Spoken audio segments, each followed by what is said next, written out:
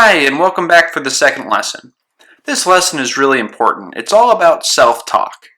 Now, I don't know if you've ever heard about self-talk or not, but I guarantee you already know what it is. Self-talk is pretty much what it sounds like. It's the voice inside your head. It's how you talk to yourself. So let's take a look at our friend on the screen here, and by the looks of it, he's not having a good time at all. Look at some of the feelings and thoughts that he's having. Worthlessness, incompetence, unimportance, feeling despicable. Now, I think we can all agree that these are completely lousy ways to feel. Studies show that we have approximately 70,000 thoughts per day, but until we start to consciously focus on our own thoughts, we often don't realize just how hard on ourselves we can be sometimes. Have you ever thought something to yourself like, I just can't do anything right? Or, well, I should have done this instead of that. Or, I'll never be good at math, or writing, or reading, or whatever your hardest subject is. We've all had thoughts like these from time to time, but note that they are self-defeating. They're self-defeating thoughts, and most of them have no truth to them whatsoever. Now, fortunately, you're the one in control of your self-talk, to a large extent. When something doesn't go the way you planned, you can choose if you want to beat yourself up about it or if you want to take it easy on yourself. See, everyone makes mistakes. I make mistakes, you make mistakes. Believe me, it's part of being human. And I'm not saying that mistakes are good, and a lot of times mistakes can be costly. But the thing is, we all make them. Beating yourself up when you make a mistake, it's not going to solve any problems, right? So why do it? So in this lesson, as in the last lesson, it's all about helping you develop the right mindset and the right set of beliefs for time management, because a huge part of time management is confidence. It's belief in yourself. It's faith in yourself. And if you have these negative thought patterns, negative beliefs going around your head, you're going to be self-defeating yourself. And you're not going to get the results you want. You're not going to reach your goals. And this isn't just about time management. Anything you want to do, any goal that you want to achieve in life, you need to believe in yourself, you need confidence. So that's what this lesson is really about. And we're going to start, we're going to get right into this. We're going to look at a couple tools here for shifting the frame, kind of shifting your paradigm when it comes to this negative self-talk and negative beliefs. So the first tool that I'm going to share with you is to simply reframe them, right? So it's to reframe negative self-talk or negative beliefs. And another way to look at this is that you're just going to put a positive spin on them. So here are some examples of very common negative self-beliefs or negative thoughts that people have about time management. No matter how hard I work, I never have enough time to get my work done. I feel like I'm always playing catch-up with my workload. I've always wanted to do this, whether it be a hobby, an activity, getting together with friends, something that you always wanted to do, but you feel like you've never had the time to do it. Now, I know I've had thoughts like these many times, and you probably have as well. But the thing to understand here, the common thread is that they're all negative beliefs. It's negative self-talk. Now, I want you to note here the words like never and always, right? No matter how hard I work, I never have enough time to get my work done. I feel like I'm always playing catch up with my workload.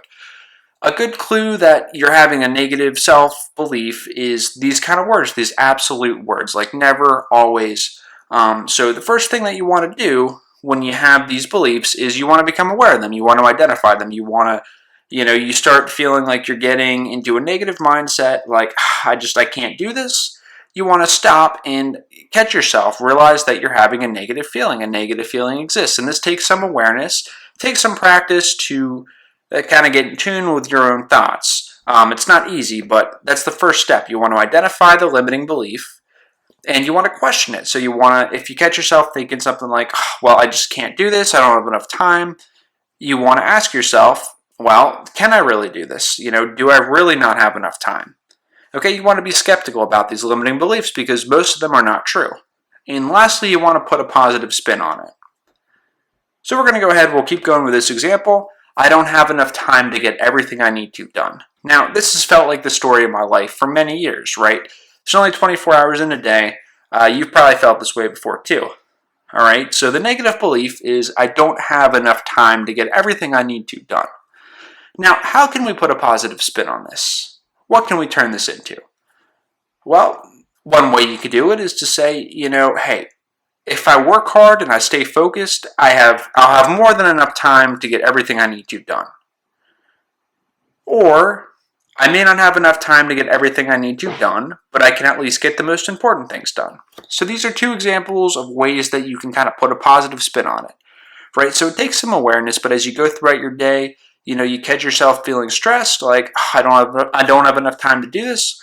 Understand that, hey, it's a negative belief, put a positive spin on it. Well, I don't have as much time as I want, but I can still get the most important things done.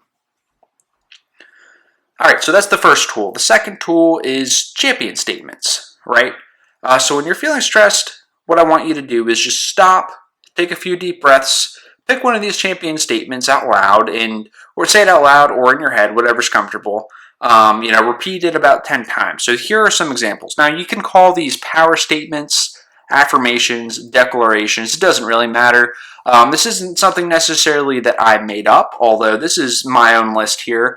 But, like I said, you can call these affirmations, whatever. I call them champion statements just because that's the whole point. You want to pick yourself up. You want to uplift yourself. You want to feel like a champion.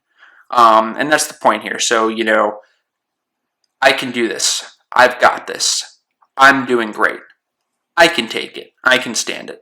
These are all examples of champion statements. So, when you're feeling stressed out, you feel overwhelmed, just stop, take a few deep breaths, pick one of your favorite champion statements, repeat it to yourself either out loud or in your head about 10 times or until you're feeling better. So I've had students, when I was tutoring them for math, and if they've had problem with math, kind of math phobic or math anxiety, when they're working on a problem and they want to give up, they feel kind of demoralized by the problem, I've told them to, get in your head, tell yourself, cheer yourself on, be your own cheerleader, say, I can do this, I can do this, I can do this, just keep saying it.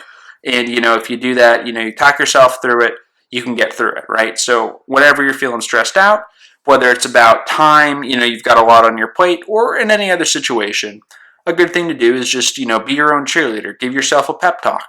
Tell yourself, I can do this, until you start feeling better. So that's champion statements. Now, the third one is I use what I call I used to, but now statements. And these are great for changing bad habits or bad behaviors. So you want to pick a bad behavior that is not helping you out, that you want to change, and you want to kind of put them into a sentence like this, right? So, I used to get to class late, but now I'm always early, right? So let's say that you have a problem with getting to class late. Now, obviously, I don't know you. I don't know your circumstances. Maybe you're an early bird, but just bear with me here for the sake of the example. So let's say that you have trouble getting to class late, but you want to change. You want to start getting there early. So what you can do is you can pick a statement like this. I used to get to class late, but now I'm always early. And you're talking about it in the present tense, like, now I'm always early. And of course, you're still going to have to, take action. You're going to have to, consciously choose to have the discipline to get yourself to class early. But having statements like this, when you're in the process of learning a new habit, can really help you kind of cheer yourself on. So here's another example. I used to leave my work until the last minute, but now I always get it done early. So this is another great statement to use. If you're one of those people, and this is very common, by the way, who doesn't keep up with your classwork or you have trouble doing it. So let's say that you want to do it. Understand that with any behavior, with any new habit, it takes a while. It takes a lot of repetition to ingrain the habit. There's a phenomenon called the snapback effect. Now, there's a great book called Psycho-Cybernetics. I think it's in the new version, the new Psycho-Cybernetics with Dan Kennedy, where Dr. Maxwell Maltz, who wrote the book, talks about the snapback effect. So basically, whenever you want to learn a new habit or a new behavior, he says that, after a certain period of time, it might not work, right? So imagine a rubber band. You stretch it out. It has its normal, if you hold it in the palm of your hand, it's got its normal resting, tension, right? It's not really that tense. But if you pull it and you stretch it as far as it'll go, it immediately, you can pull it, but it's not going to stay there naturally. It's just going to want to snap back. So the idea is that whenever you're going to go try to change a new behavior or change an old habit, without repetition, without really changing the self-image, changing the way you feel, the way you look the way you look at yourself, how you feel about yourself, there's a good chance the behavior is just going to snap back, right? And we see this all the time with the kind of New Year's resolution crowd, right? So gyms might run specials around January to try to cater to the New Year's resolution crowd.